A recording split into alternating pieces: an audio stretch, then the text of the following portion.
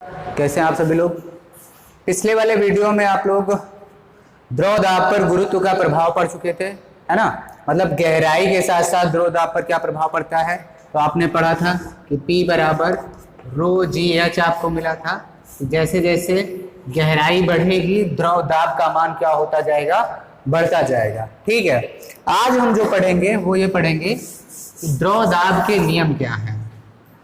तो द्रव दाब के नियम आज हम पढ़ेंगे।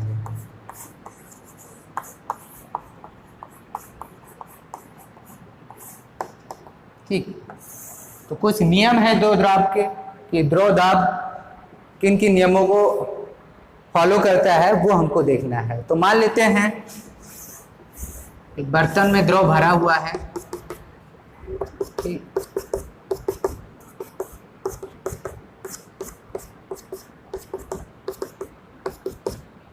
तो इस द्रव द्वारा लगाया गया दाब किन किन बातों पर निर्भर करेगा ये देखना है हमें।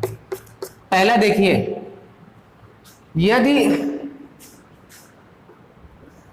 द्रव के भीतर एक ही सतह में बहुत सारे बिंदु स्थित हैं तो उन सभी बिंदुओं पर दाब क्या होगा, समान होगा। कहने का मतलब एक ही सतह में स्थित सभी बिंदुओं पर द्रव दाब समान होता है। मान लीजिए सबसे ऊपरी सतह है तो उस सतह के सभी बिंदुओं पर दाब समान होगा। मान लीजिए यहाँ इतनी गहराई पे एक सतह है तो इस सतह के हर एक बिंदु पर द्रव दाब क्या होगा, समान होगा। ठीक है, तो आप लिखेंगे पहला एक ही सतह में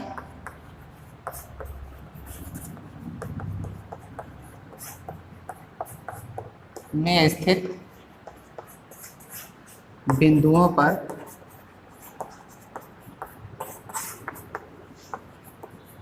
द्रव दाब समान होता है।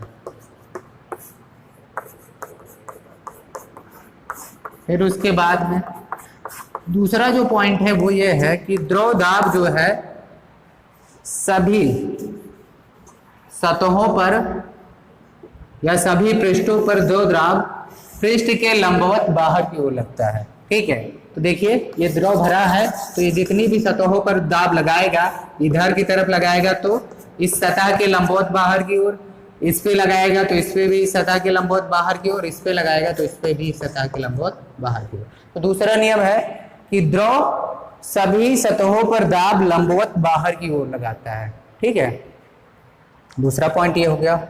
तो तीसरा पॉइंट है क्या है कि गहराई बढ़ने के साथ साथ द्रव दाब का मान बढ़ता जाता है।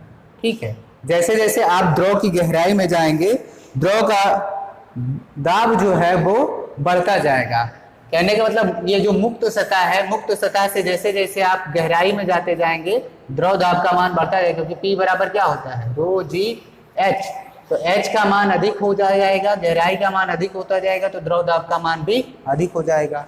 चौथा पॉइंट ये है कि द्रव का घनत्व तो बढ़ने पर दाब बढ़ जाता है। अगर देखिए ये देखिए, क्योंकि P जो है रो के भी अनुक्रमानुपाती है, जैसे जैसे रो बढ़ेगा P का मान भी क्या होगा, बढ़ेगा।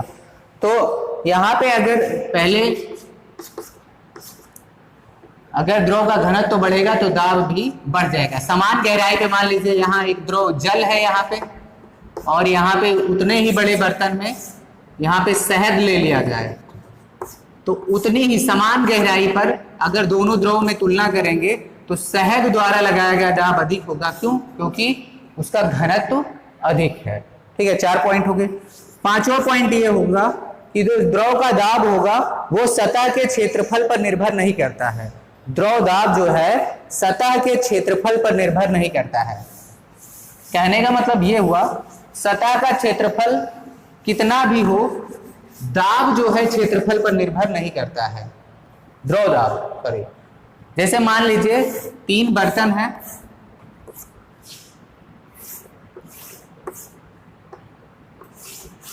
ये ऐसे हैं, तीनों में समान ऊंचाई तक द्रव भरा हुआ है।